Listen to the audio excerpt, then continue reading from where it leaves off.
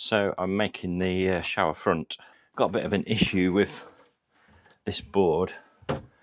Before Christmas, that's been stuck on there for months, and it looks like that has shrunk as it's dried out, maybe because the warmer the weather gets, the worse that's got, which is not good. So I'm gonna have to unstick that and then restick it. But anyway, so the shower front is quite a big job. What I've been doing quite a lot of prep with the shower tray. The waste is all sorted. That is through to the tank. I've just made an extra little support here, and I'm also gonna support these edges because they're a little bit flimsy. But what I'm gonna do is I'm gonna put some Kingspan under there. This is the shower tray for the C220 series toilets, and they don't make it easy. The C200 series toilets had a huge cavity along there, and you could get one of these and all of your water pipes, gas pipes, electric, whatever you need. There was quite a big space. It was probably about 80 mil. Along there's virtually nothing. So what I've had to do, if you can see, there's gas, electric, hot and cold water comes around from in here. Those two there go around the front of the truma, and then there's gas, and then there's a lead for a main socket in the garage. So they're all neatly together around there, and then up there and out there. I need a water supply to my toilet because my toilet is flushing from my tank. I was going to put a T-joint over there. The problem is, if you do that, you can never ever get to it if it leaks. This is the power supply for the solenoid that's in the toilet for flushing. So I decided to take a complete pipe from here out there, and then the T-piece for it will be out there. So currently this is all Sikaflex down. That's why the battery's there. I think I've mentioned this before, but one of the things that you need to take account of is, can you see where that is short of there? So you need to take account of this. It's about 5 mil difference between there, and obviously there and there. Done that on purpose, so my shower tray is sticking out that much on purpose, because that's going in there. There's PVC board to go on here, obviously. So this is my final sheet of furniture board, and I really don't want to make a mistake. So I've got this double trim system, so you end up using the cutout as your door, and you cut a 6mm router slot around it, which is the cutter that's in the router, and it's exactly the depth of the furniture board. So that is the door for the cassette for the toilet, and the easiest way that I have found to do this is get some scrap wood and make it smaller than your door by the dimension from the edge of the cutter to the edge of your router. In this case, that's 40 mil. So this door is 40 mil all the way around, smaller than that. And then I put 4 screws in, and we can easily hide that. It's not really an issue. That's on the inside of the door. And then screw it to the wood and use it as a guide for the router. I put those radiuses on there. They've come out too big, really. So when I do my shower door, which I'm going to do now, I'm not cutting a radius on there. I've decided how big my shower door is going to be, and I've drawn it on here.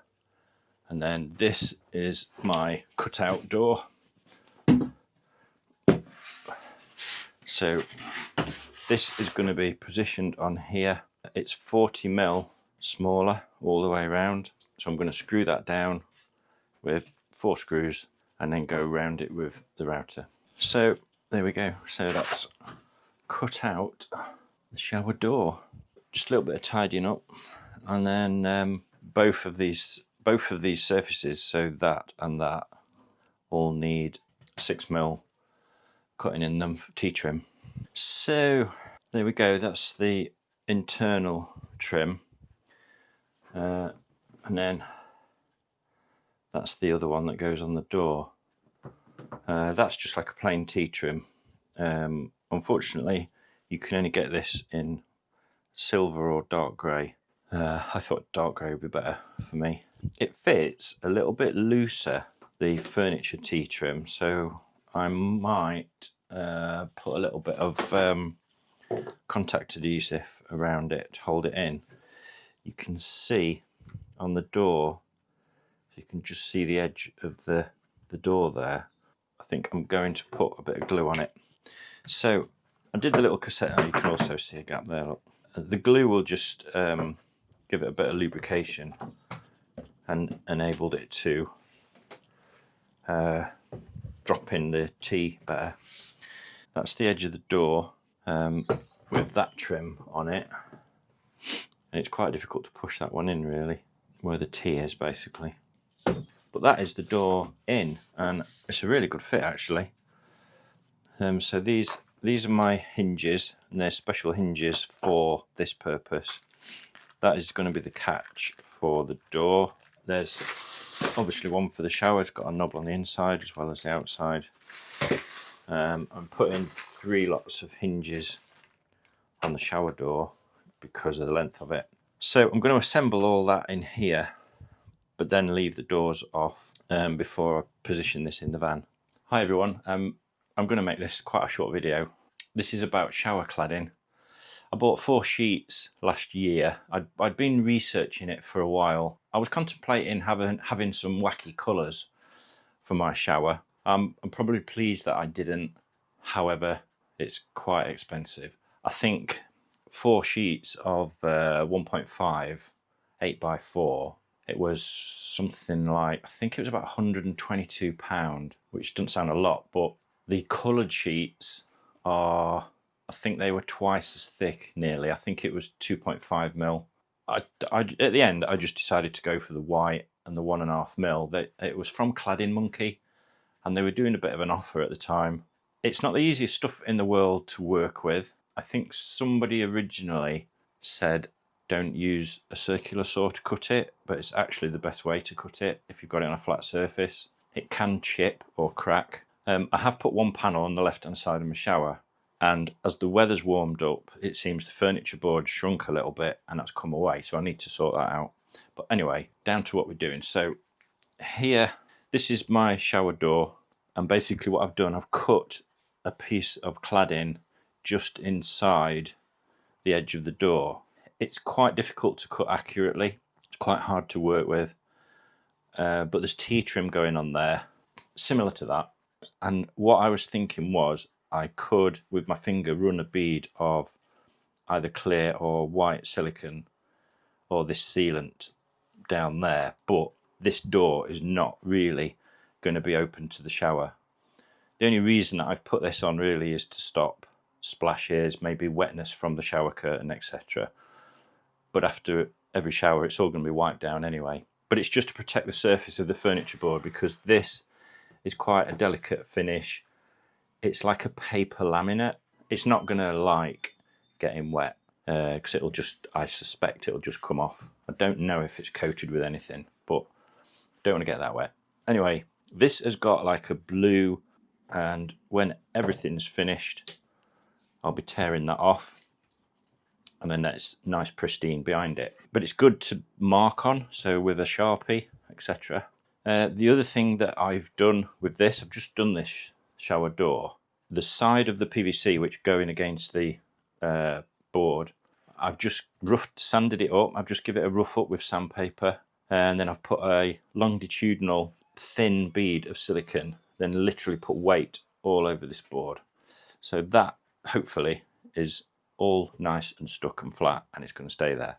Next up is, this is my front shower wall with my door opening, and my cassette toilet opening. I've got 2 full sheets.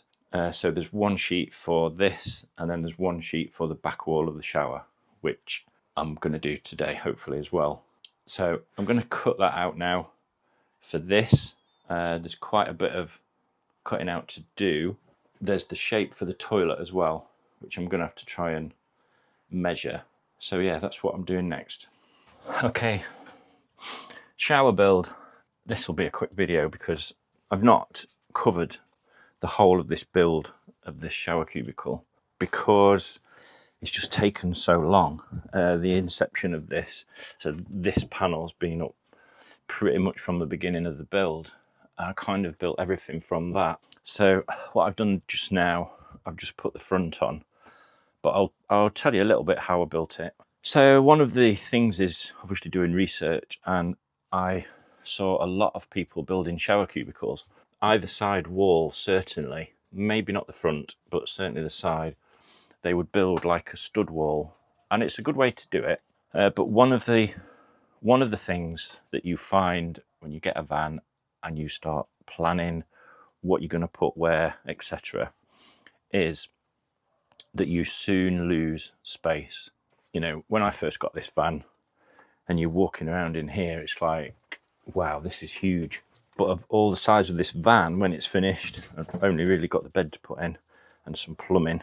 But, you know, I've literally got this amount of walkway from all this L3 H2 van. As you're planning and building the different structures, you try and maximise the space, because you can't just think, well, I've got loads of space, so I'll just build, you know, stud walls and etc, etc. If I'd have built stud walls for this shower, for instance, you're looking at a lot more weight, and then I would have probably lost maybe 6 inches off of this seat. So basically it's furniture board.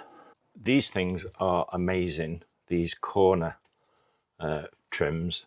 It's advantageous to sand at the edges of the wood so that that has a lead in to go over it. As I say, it's been many months in preparation, and it is not perfect. So for instance, the joins up there, they're not perfect, but this part of this van is just a nightmare to get over, as I found out all the way around. And so for instance, above those cupboards, this bit here, and it's just a case of trying to find out how best to bridge this gap. However, that's going to have a bead of silicone around the edge of it. It doesn't have to hold water. And the other thing with this shower cubicle really is, it isn't going to be like a home shower where it's got a massive amount of water over a long period of time going in it. You know, you have to use a shower quite differently in a van or a camper van. Why is the mixer low? The mixer is low because I have not got a stud wall. If you have a stud wall, you can put your mixer anywhere because the pipes will be in the stud wall. My pipes come out there, and I've created this frame here. So I have got a bulkhead going across here. So it's going to have, I'm going to have a piece of furniture board across here on the van side, if you like, or the living area side. And we're going to have a drop down bin in there. And then on the back here is plywood all the way across. There's a beam. There's the beam. That beam is going all the way across the top, and then there's plywood going on the front. And so my pipes will come out of there for my shower mixer, and that is why it's low down. But hey ho, it doesn't matter. You know, it's reachable there. And there's your temperature mixer. Cassette toilet going there. What I'm doing at the minute, I've just peeled off the edge of all the backing thing, and then I'm going to do my silicone bead all the way around. Fix the toilet in. I've done the cassette door. I've also done the shower door, but I've not put it on yet just to save weight. So that's, again, that's a learning curve. So yeah, that's where I'm up to really. Took a lot of planning building the front. So what I found out was, I think that this, when I put this board in the winter, it then shrunk. So I had to unstick that panel and re-stick it. What I found with these PVC panels is it's best to rough them up. So the surface that you are bonding, just rough it up with some sandpaper and it'll help it to key in better. This edging, this board is not fixed into that. So it will allow a little bit of movement if it needs to. And then that is got some dots of Sikaflex in holding that to there. If I ever need to take this off, all I've got to do is give it a good shove that way from the bottom and it'll come off. That is now in one piece. So that's pretty much how I built my shower cubicle. And you know, it depends. A lot of people say they're a waste of space, this, that and the other, but what I want to do with my van, a toilet and a shower, pretty much a necessity. So I want to be independent. So there you go, really.